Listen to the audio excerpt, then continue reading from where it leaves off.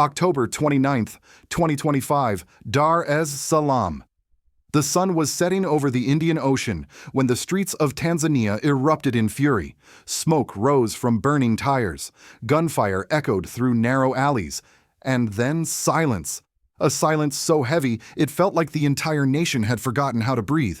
For 6 decades, Tanzania stood as a symbol of peace in Africa, a nation that avoided the chaos that consumed its neighbors. But on this day, that image shattered.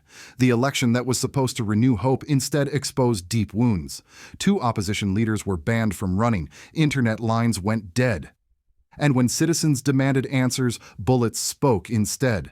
Dozens were killed, hundreds arrested. Mothers wept for sons who never came home. Yet the world said nothing. No breaking news headlines, no urgent summits, just silence, the kind that follows betrayal. And amid that silence, one voice dared to speak: Professor P.L.O. Lumumba. Calm but thunderous, he warned. This was not a storm in a cup of tea. It was major. It was dangerous. It must be confronted. He was not only speaking to Tanzania, he was speaking to all of Africa and to those of us watching from afar, asking, if democracy kills its own children, what then have we built? This is not just a Tanzanian story. It's an African story. It's a story about truth, power, and the cost of silence. So today we take you to the heart of Tanzania to uncover what really happened after the election and why this moment may redefine the future of African democracy itself. If you believe that truth must never be silenced, then stay with us. Subscribe, share, and join us, because the story of Tanzania is not over yet. It began like every other election morning in Tanzania, calm, orderly, hopeful. Voters lined up quietly under the tropical sun. Women in colorful congas held their children by the hand. Young men carried flags whispering that maybe this time their voices would matter. But by noon, that hope began to die. Word spread quickly that 2 major opposition leaders had been disqualified, one charged with treason, the other barred on technical grounds. To many, it was clear the race was over before it even began. How can you call this an election? One shopkeeper in Mwanza murmured when the finish line has already been moved. By afternoon, crowds began to gather, first in Dar es Salaam, then in Dodoma, Mwanza, and Arusha. What began as a peaceful protest transformed into a storm of anger. Videos captured police vehicles on fire, young men throwing stones, and women screaming as soldiers fired live rounds into the air and sometimes into the crowds. Tanzania, once known as Africa's quiet heart, was now a battlefield of fear and disbelief.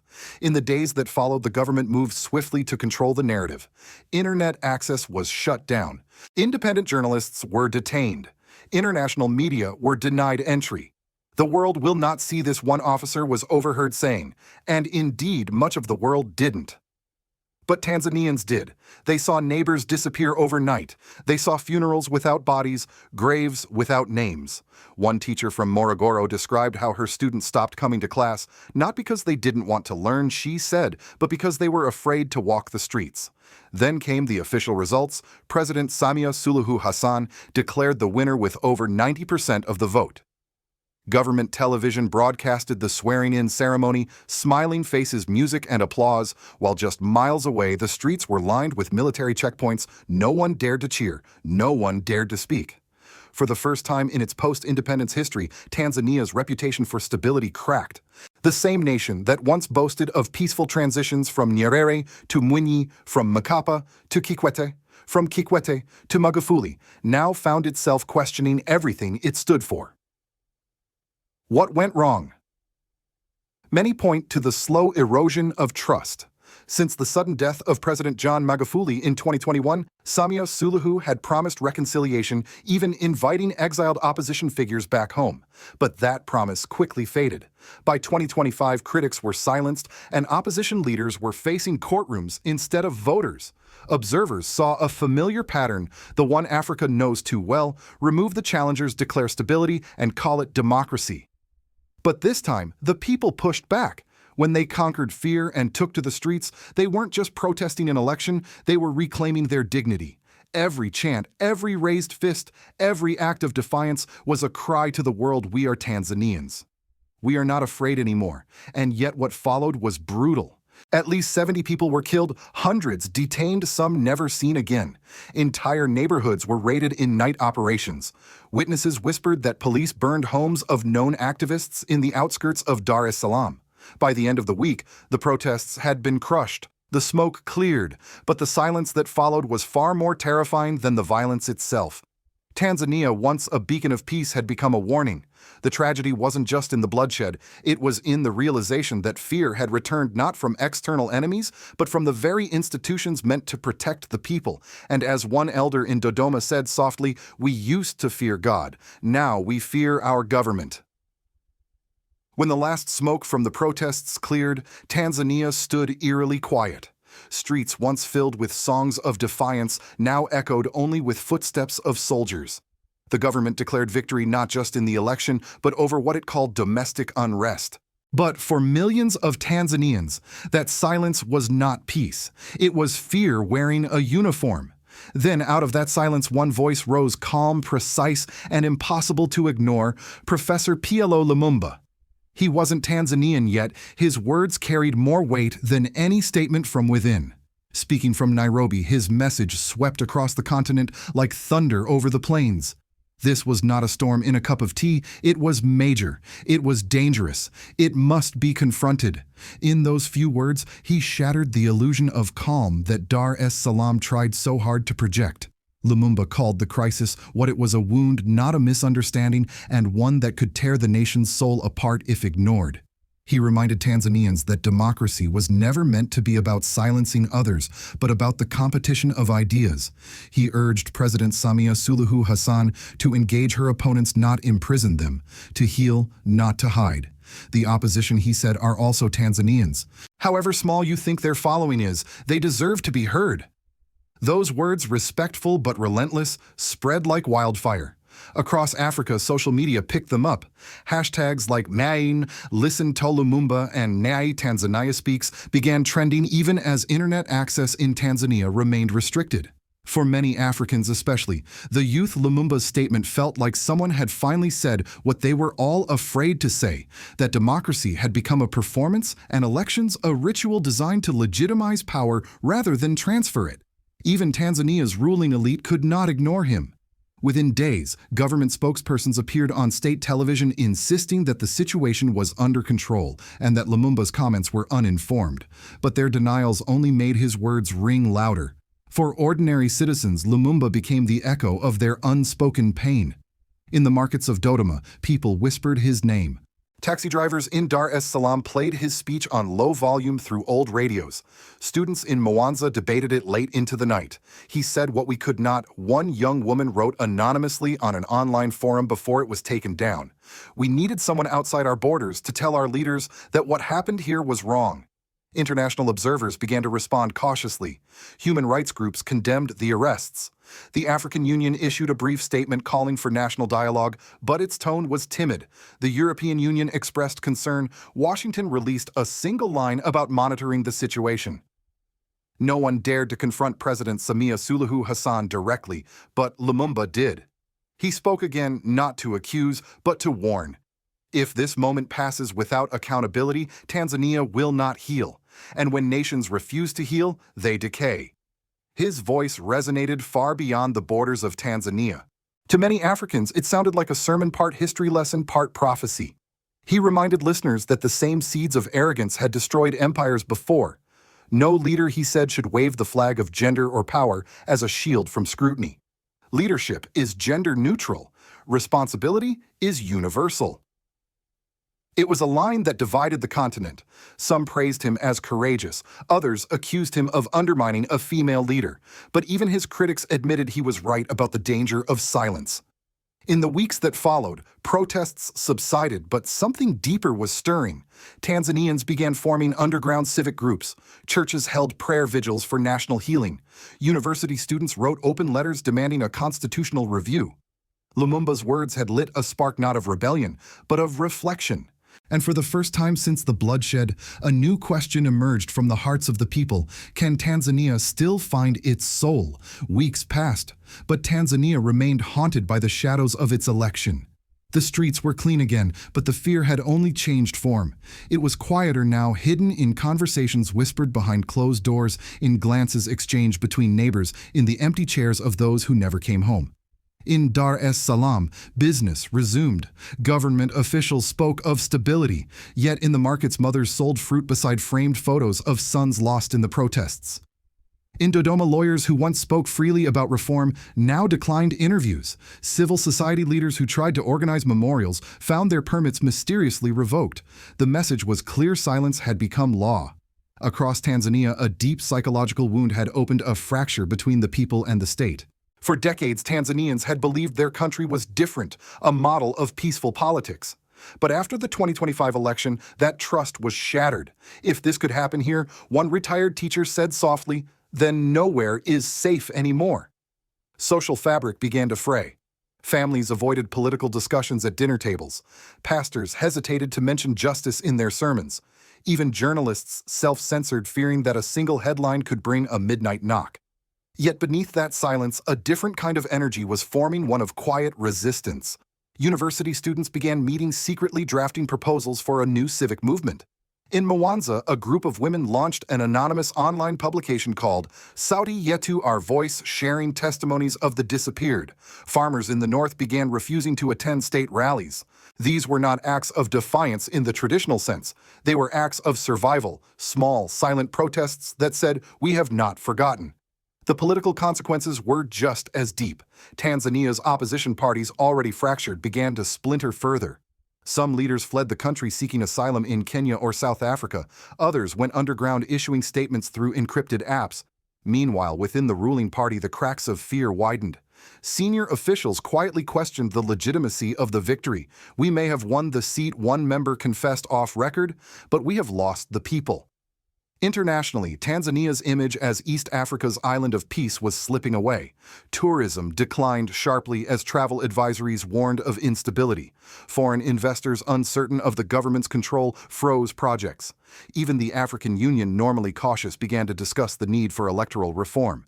But perhaps the most dangerous consequence was emotional exhaustion. Ordinary citizens had begun to accept fear as normal. When a society internalizes repression, resistance becomes harder, and that is how democracies die quietly. Still, there were moments of grace. Churches held candlelight vigils for national healing. Muslim clerics called for reconciliation in Friday sermons. Teachers encouraged students to write essays about the Tanzania we want. And through all this, one name kept resurfacing: P.L.O. Lumumba. His words had planted seeds that would not die. He had said, "You do not heal a nation by pretending the wound does not exist." Those words became a whispering prayer for the grieving and a reminder for the ruling elite that history forgets nothing. By the end of 2025, the Tanzanian government announced plans for a national consultation forum. Many doubted its sincerity, calling it a cosmetic gesture. Yet for others, it was at least a sign that the pressure, moral, civic, and international, had begun to work. The tragedy had forced the country into a reckoning, and in that reckoning, Tanzania was discovering something painful but necessary: that true peace is not the absence of noise, but the presence of justice. While Tanzania struggled with its silence, the rest of the world watched carefully, selectively, and from a safe distance. The headlines were brief, the condemnations polite. "The situation is regrettable," said one European diplomat. Washington called for restraint. The African Union spoke of dialogue, but for many Africans, these words felt like the language of indifference, spoken only to fill the silence, not to break it. The United States, long a champion of democracy abroad, found itself in an uncomfortable position. Tanzania had been a key ally in counterterrorism and trade, a model of regional stability. Publicly, the State Department urged respect for democratic norms. Privately, analysts warned that a firm rebuke might push Tanzania closer to China. And so silence became policy, the same silence that Lumumba had warned against. But the American public, especially the older generation that remembers the civil rights era, could not ignore the moral echo. "It sounds familiar," said one retired pastor from Atlanta. "When a government calls protesters criminals and labels silence as peace, we've seen that before." Across Africa, the reaction was sharper. Commentators in Nairobi, Lagos, and Accra accused Western governments of double standards, preaching democracy while supporting regimes that suppress it. "When the streets of Paris burn, it's an uprising," one Kenyan journalist said. "When Africans protest, it's instability." The irony was not lost on anyone. For decades, Tanzania had been held up as the West's success story, a post-colonial state that maintained unity, moderation, and peace. Yet, when that peace cracked, the same voices that once praised it turned away. In Europe, human rights organizations like Amnesty International and Human Rights Watch released reports documenting abuses, but with little follow-up from policymakers. The United Nations called for investigations, but none came. And as weeks turned into months, the global media moved on to the next crisis, the next war, the next story. But not everyone looked away. In Burkina Faso, President Ibrahim Traore referenced Tanzania in one of his speeches, warning that democracy without justice is dictatorship in disguise. His words resonated deeply across the Sahel, where nations were forging their own paths towards sovereignty, away from foreign influence and toward African solutions. Tanzania's pain, he said, is Africa's warning. A free election means nothing if the people cannot speak. That statement reignited debate about what democracy should mean in an African context, not imported models, but systems that prioritize dignity, accountability, and unity. Meanwhile, among African Americans and the diaspora in Europe, Tanzania became a symbol of a deeper moral question. How can a continent so rich in culture and spirit remain trapped between dependency and silence? From Washington to Dakar, from Ouagadougou to Nairobi, intellectuals began to revisit the same idea Lumumba voiced, that Africa must rethink its governance before it collapses under imitation. And so, while governments remained silent, the people scholars, youth clergy, and activists began to talk. They started drawing connections between Tanzania's blackout and Sudan's internet ban, between Kenya's police crackdowns and Nigeria's election violence. It was as if Africa had finally realized that its problems were no longer national, they were continental. And for the United States, it raised an uncomfortable mirror. Because if America still believes it stands for freedom, then it must decide, does it stand with governments that silence their citizens, or with citizens who refuse to be silenced? As the sun sets over Dar es Salaam, the smoke has long cleared, but the pain remains. The streets are calm now. The soldiers have withdrawn. But the silence, that same chilling silence that fell after October 29th, still hangs in the air like a warning. Tanzania's story was never meant to end this way. It was supposed to be the model, the exception in a continent often misunderstood by the world. Yet here we are, a nation once praised for peace, now trapped between fear and disbelief, between memory and denial. And perhaps that is the true tragedy, not only the loss of life, but the loss of trust. Trust in leadership. Trust in institutions. Trust in democracy itself. Professor P.L.O. Lumumba's words still echo through that silence. You do not heal a nation by pretending the wound does not exist. His warning was not just for President Samia Suluhu Hassan, it was for every leader in Africa, in America, in Europe who has ever mistaken control for stability or silence for peace. Because democracy does not die in explosions or coups, it dies in quiet rooms where fear replaces dialogue, where obedience replaces truth, where leaders stop listening and citizens stop believing their voices matter. Tanzania's pain then is not isolated. It is a reflection of a global struggle, a struggle between truth and comfort, between those who confront injustice and those who choose to look away. And across the continent, from Burkina Faso to Mali, from Ghana to Kenya, people are asking the same question. If elections no longer represent the people, what will E? In Burkina Faso, President Ibrahim Traore has built his leadership on that very question. His call for sovereignty, justice, and accountability has inspired millions who see in him not a politician, but a possibility that Africa can define democracy on its own terms. But even he would agree, the fight for truth is not his alone. It belongs to every citizen, every teacher, every young African who still dares to dream of a continent free from fear. And so we must ask, not as Tanzanians, not as Americans, not as Africans, but as human beings, will we let silence define us? Or will we finally speak before silence defines our future, because history has never been kind to those who kept quiet? If you believe that the truth must be louder than fear, share this story. If you believe that Africa's future deserves more than silence, subscribe and stand with us. Because in the end, silence is not peace, it's surrender.